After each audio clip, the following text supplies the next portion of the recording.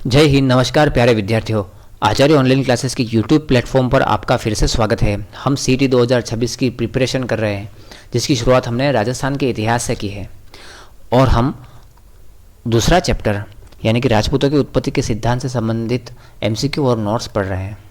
पिछले वीडियो में हमने नोट्स पढ़े थे और इस वीडियो में हम उन नोट्स से संबंधित एमसीक्यू पर चर्चा करेंगे, यानी कि एमसीक्यू से रिवीजन करेंगे, देखेंगे कि हमारी तैयारी कितनी है, कितना डीपली हमने याद किया है और हमारा रिवीजन भी होना ज़रूरी है।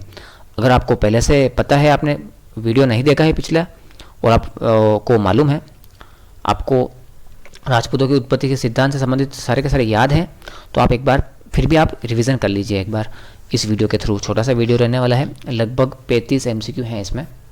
पहला एमसीक्यू, सबसे पहला प्रश्न, राजपूतों की उत्पत्ति के अग्निकुंड सिद्धांत से संबंधित निम्नलिखित कथनों पर विचार कीजिए। इसके समर्थकों में चंद्रबरदाई, सूर्यमल मिश्रण और नैणसी शामिल हैं। इस मत के अनुसार केवल परमार और प्रतिहार राजवंशों की उत्पत्ति हुई और जोधराज भी इस मत के समर्थक विद्वानों में से एक हैं। देखो, पहला कथन बिल्कुल सही है। दूसरे कथन में यह कह रहे हैं कि परमार और प्रतिहार राजवंश थे। क्या परमार और प्रतिहारी थे क्या? नहीं, परमार, प्रतिहार, चालुक्य और चौहान भी तो थे। तो दूसरा गलत है और तीसरा बिल्कुल सही है। चंद्रबरदाई, सूर्यमल मिश्रण, नैणसी और जोधराज, चारों ने कहा था। तो पहला और तीसरा ही सही है। इसमें ऑप्शन आपका सी जो है वो सही रहेगा। ठीक है, अब चलते हैं अपन दूसरे प्रश्न। विदेशियों और अनार्यों की संतान सिद्धांत के समर्थकों का वह समूह चुनिए जो पूर्णतः सही है। राजपूतों की उत्पत्ति के बारे में किसने कहा था कि ये तो विदेशी और अनार्य की संतान है? देखो, विदेशी जो थे, जो भारत के विदेशी हैं, भारत से बाहर रहने वाले, उन्होंने कहा होगा। तो इनमें विदेशी कौन है देखना है हमें। ऑप्शन में देखो, चारों ऑप्शन में विदेशियों का नाम तो है, लेकिन पूर्णतः सही है वो देखना है, जिसमें एक डॉक्टर टी.आर. भंडारकर भी होंगे, जिन्होंने भी विदेशियों के नाम लिया है कि विदेशियों की संतानें हैं। तो इसमें ऑप्शन सी हमारा सही रहेगा। डॉक्टर भंडारकर, अलेक्जेंडर कनिंगम और वी.ए. स्मिथ। और इसमें कर्नल जेम्स टोड भी हो सकता था, नहीं लिखा तो कोई बात नहीं, लेकिन ये तो है ही है। ठीक है, बाकी डॉक्टर दशरथ शर्मा नहीं थे, इसलिए ये पूरा गलत रहेगा। ईश्वरी प्रसाद भी नहीं थे, जी.एच. ओझा भी नहीं थे और जगदीश सिंह गहलोत और ये भी दोनों भी नहीं थे। तो ऑप्शन हमारा सी ही सही रहेगा।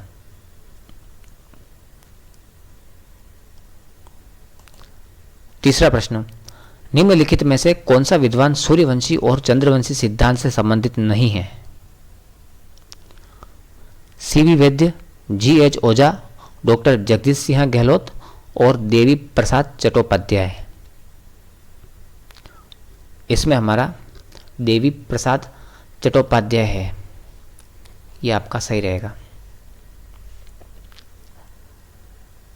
बाकी तीनों ने चंद्रवंशी और सूर्यवंशी सिद्धांत का बताया था। चौथा प्रश्न, अग्निकुंड से उत्पन्न होने वाले राजवंशों के सही समूह की पहचान कीजिए।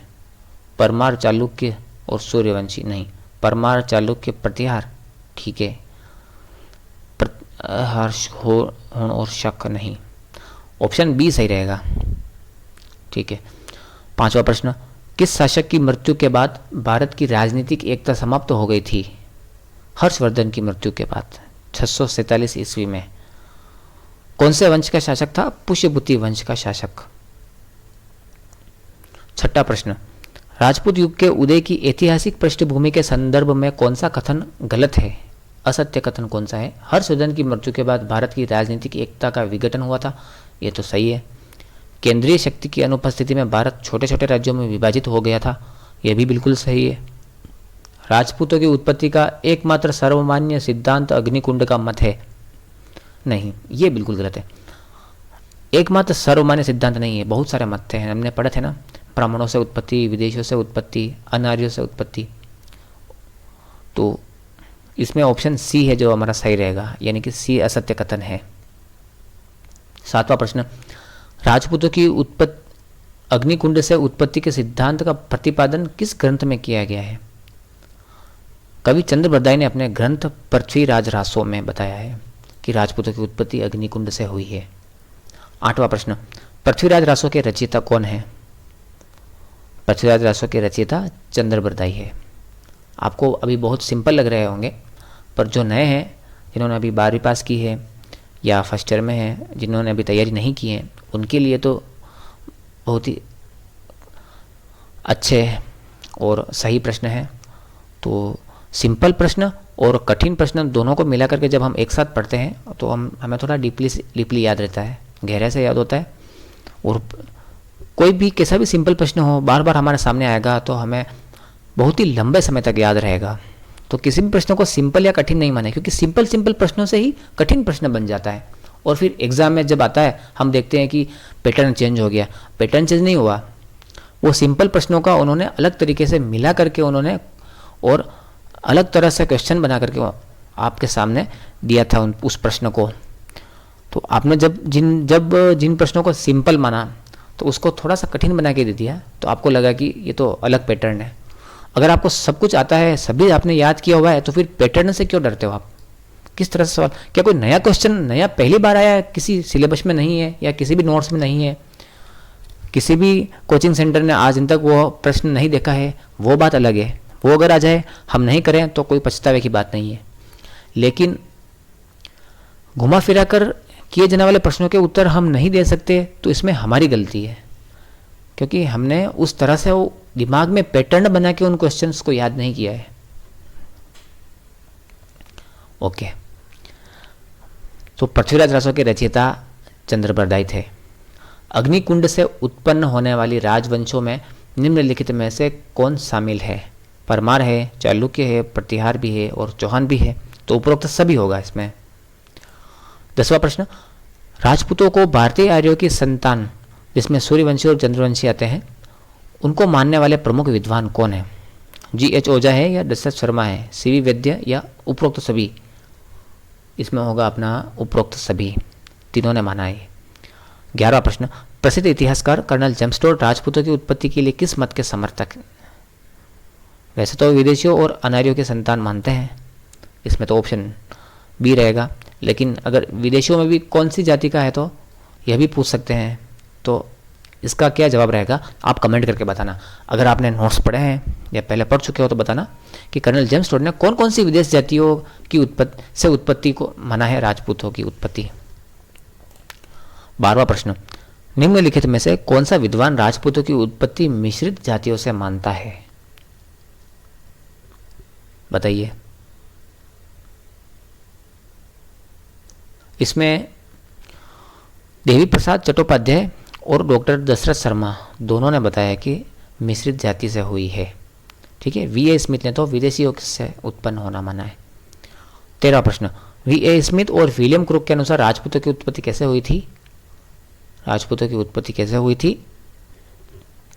क्योंकि ये विदेशी हैं तो विदेशी जातियों से हुई है, बहुत ही सिंपल। 14वां प्रश्न, अग्निकुंड के मत का समर्थन करने वाले विद्वान कौन है? अग्निकुंड के लिए तो चंद्रबरदाई ने भी कहा था, सूर्यमल मिश्रण, मोहनोत नैन्सी और जोधराज सभी ने कहा था, यानी कि उपरोक्त सभी। 15वां प्रश्न, हर्षवर्धन की मृत्यु के बाद भारत की स्थिति के बारे में क्या सत्य है? भारत में राजनीतिक एकता और मजबूत हुई थी? नहीं, राजनीतिक एकता तो एक समाप्त हो गई थी। भारत अनेक छोटे छोटे राज्यों में विभक्त हो गया था। हाँ, यह सही है। विदेशी आक्रमण पूरी तरह रुक गए थे? नहीं, विदेशी आक्रमण तो और बड़े थे, क्योंकि हम जानते हैं एकता में शक्ति है। और जब सभी अलग अलग हो गए थे तो विदेशियों को हमारे ऊपर अटैक करना सिंपल हो गया था। और चौथा है कि राजपूत युग का अंत हुआ था? नहीं, वहां से तो राजपूत युग की शुरुआत हुई थी। तो ऑप्शन बी हमारा सही रहेगा। 16वां प्रश्न, डॉक्टर जगदीश सिंह गहलोत राजपूतों की उत्पत्ति के किस सिद्धांत का समर्थन करते हैं? जगदीश सिंह गहलोत मिश्रित भी नहीं है, विदेशी जाति नहीं है, भारतीय आर्यों की संतान है। ठीक है, ऑप्शन ए हमारा सही रहेगा। 17वां प्रश्न, राजपूतों को सामूहिक रूप से राजपूत कब कहा जाने लगा? पहले राजपूत नहीं कहते थे, पहले तो क्षत्रिय थे और अलग अलग जातियां थी, अलग अलग वंश थे। तो कब से कहा जाने लगा? हर्षवर्धन के बाद विभिन्न वंशों के उदय के कारण, क्योंकि अलग अलग वंश थे, उनका उदय हुआ था, और सभी शासक वंश से थे, क्षत्रिय थे और शासन करते थे।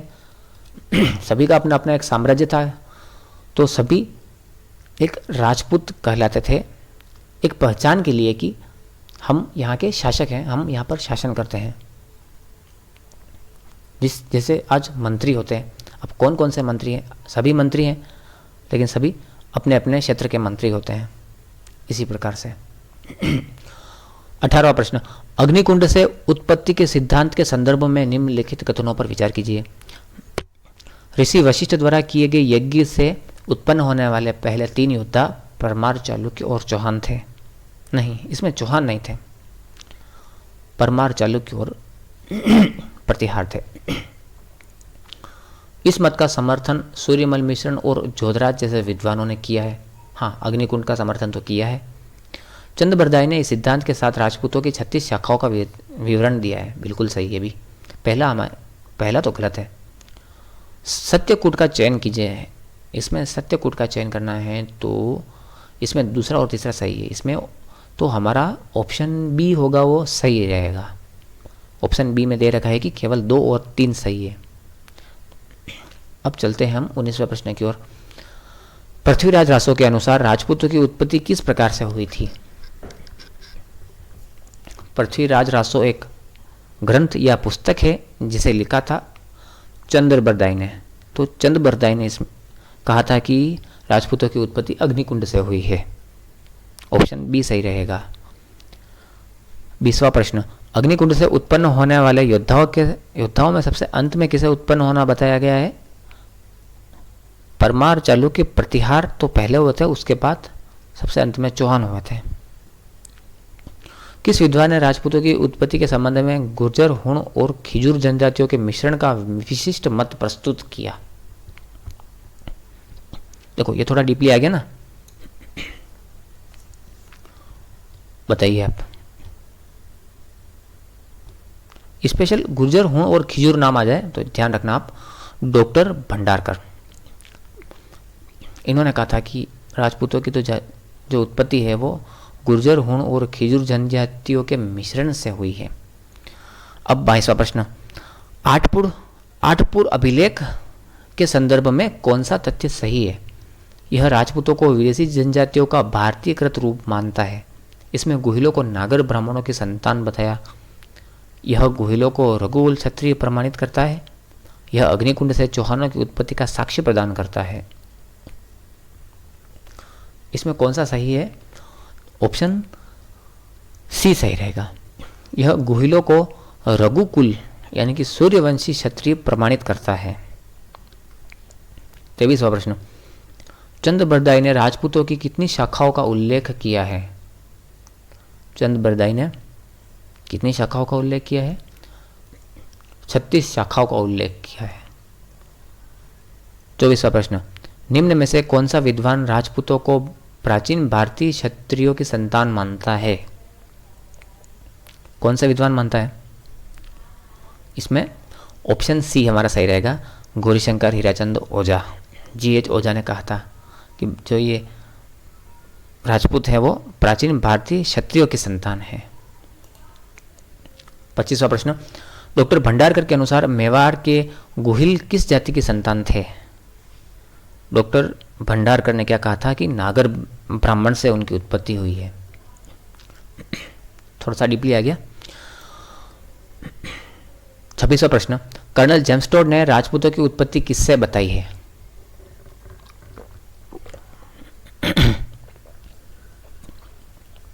इसमें हमारा कर्नल जेम्स टोड ने शक एवं सिथियन से बताई है। मैंने आपको कुछ देर पहले बोला था ना कि कमेंट करना, तो आपके सामने आ ही गया इसका उत्तर। शक एवं सिथियन जातियों से राजपूतों की उत्पत्ति होने का मत माना है कर्नल जेम्स टोड ने। 27वां प्रश्न, मेवाड़ के शासक अल्लट ने किस हुण राजकुमारी से विवाह किया था? हरिया देवी से विवाह किया था। वीडियो थोड़ा लंबा हो रहा है तो हम थोड़ा सा जल्दी पढ़ते हैं। शक्ति कुमार का शिलालेख किस मत की पुष्टि के लिए जाना जाता है? इसमें सही कौन सा है? मिश्रित जातियों से उत्पत्ति मत। 29वां प्रश्न, निम्नलिखित में से कौन सा विद्वान राजपूतों की क्षत्रिय उत्पत्ति, ब्राह्मण उत्पत्ति और मिश्रित जाति उत्पत्ति, इन तीनों मतों के समर्थन में अलग अलग संदर्भ से जुड़ा हुआ है? कौन सा विद्वान है? डॉक्टर दशरथ शर्मा। तीसरा प्रश्न, शक्ति कुमार के शिलालेख का ऐतिहासिक महत्व क्या है? क्या सही रहेगा इसमें? शक्ति कुमार के शिलालेख में कहा गया है कि यह हुण राजकुमारी हरिया देवी और मेवाड़ के शासक अल्लट के विवाह का उल्लेख इसमें मिलता है, जो कि मिश्रित जाति मत की पुष्टि करता है। हुण थे विदेशी। ठीक है, अब चलते हैं हम 31वां प्रश्न, किस शिलालेख में गुहिलों को रघुकुल बताया गया है? जानते हैं हम आठपुर के शिलालेख में, आठपुर अभिलेख में। 32वां प्रश्न, V.A. स्मिथ के अनुसार राजपूतों की उत्पत्ति किनसे हुई थी? V.A. स्मिथ कौन था? विदेशी था ना, तो उनके अनुसार विदेशी हुई। लेकिन इसमें भी विदेशियों में से भी कौन से विदेशी थे, कौन सी जाति थी, ये जानना जरूरी है। तो गुर्जर और हुण, V.A. स्मिथ के अनुसार गुर्जर और हुण से बताया गया है। ठीक है। 33वां प्रश्न, राजपूतों की उत्पत्ति का कौन सा मत सबसे अधिक ऐतिहासिक प्रमाणों से युक्त और विश्वसनीय माना जा सकता है? इसमें रहेगा भारतीय आर्यों की संतान, भारतीय आर्यों से उत्पत्ति का मत, ऑप्शन सी। 34वां प्रश्न, निम्नलिखित में से कौन सा विद्वान राजपूतों के मिश्रित जातियों से उत्पत्ति मत का समर्थक है? उन्होंने कहा था कि राजपूत मिश्रित जातियों से उत्पन्न हुए हैं। वो कहने वाले थे डॉक्टर गोपीनाथ शर्मा भी थे, देवी प्रसाद चट्टोपाध्याय भी थे और डॉक्टर दशरथ शर्मा भी थे, तो उपयुक्त सभी रहेंगे। 35वां प्रश्न, विदेशी उत्पत्ति मत के समर्थकों और उनके द्वारा बताए गए मूल वंशों का गलत युग्म पहचानिए। देखो, जेम्स टोड ने कहा था कि शक और सिथियन से हुई है। हमें देखना है इसमें गलत कौन सा है। ठीक है, बिल्कुल सही है, तो पहला तो बिल्कुल सही है, ऑप्शन बी देखते हैं। V.A. स्मिथ ने गुर्जर और हुण, ठीक है, ये भी बिल्कुल सही है। विलियम क्रूक ने शक, कुषाण, पल्लव और हुण से हुई है, यह भी सही है।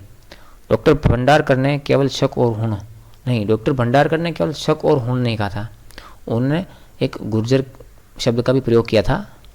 अच्छे से अगर आपने पढ़ा हो तो देख लेना आप, बहुत ही इम्पोर्टेंट और बहुत ही शानदार क्वेश्चन था ये। अब 36वां प्रश्न और लास्टवा प्रश्न आज का, राजपूतों की उत्पत्ति का वह मत जिसे सर्वाधिक ऐतिहासिक, प्रमाणयुक्त और विश्वसनीय माना जाता है, उसका समर्थन निम्नलिखित में से किसने नहीं किया है? विश्वसनीय वाला में तो C.V. वैद्य ने, V.A. स्मिथ ने नहीं किया है, क्योंकि इन्होंने तो विदेशियों से उत्पन्न होना मना है, लेकिन जिसके ऊपर विश्वास हम नहीं कर सकते हैं। तो हमारे 36 क्वेश्चन, 36 MCQ हो गए हैं। कुछ गलती रह गई हो मुझसे तो क्षमा करना और कमेंट में बता देना मुझे कि क्या मैंने गलती की है, क्या त्रुटि रह गई है मुझसे। और इसके अलावा भी अगर आप कोई इससे संबंधित, इस टॉपिक से संबंधित कोई ऐसा प्रश्न या ऐसी जानकारी जो आप जानते हो और मैंने इसमें नहीं बताई हो, तो आप यह भी कमेंट कर देना।